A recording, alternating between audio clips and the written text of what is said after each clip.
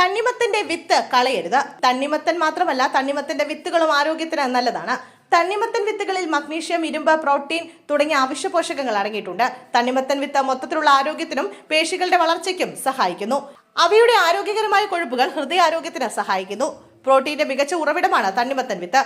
പേശികളുടെ വളർച്ചയ്ക്കും ശരീരത്തിന്റെ മൊത്തത്തിലുള്ള പ്രവർത്തനത്തിനും അത് അത്യാവശ്യമാണ്.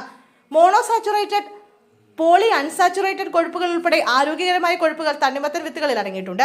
ഈ കൊഴുപ്പുകളിൽ ചീത്ത കൊളസ്ട്രോളിന്റെ അളവ് കുറയ്ക്കാനും ഹൃദയാരോഗ്യം മെച്ചപ്പെടുത്താനും രക്തധമനികളുടെ ആരോഗ്യം നിലനിർത്താനും ഹൃദ്രോഗ സാധ്യത കുറയ്ക്കാനും സഹായിക്കും.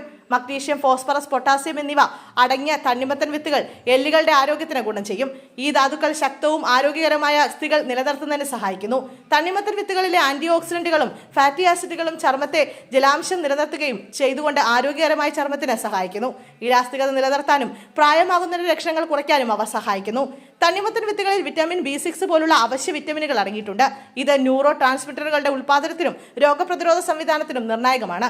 ശക്തമായ പ്രതിരോധ സംവിധാനം ശരീരത്തെ അണുബാധകളിൽ നിന്ന്, രോഗങ്ങളിൽ നിന്ന് സംരക്ഷിക്കാൻ സഹായിക്കുന്നു. തണ്ണിമത്തൻ വിത്തുകളിലെ പ്രോട്ടീനുകൾ ഇരുമ്പ്, മഗ്നീഷ്യം, ചെമ്പ് എന്നിവ മുടിയുടെ വളർച്ചയ്ക്കും കരുത്തിനും സഹായിക്കുന്നു.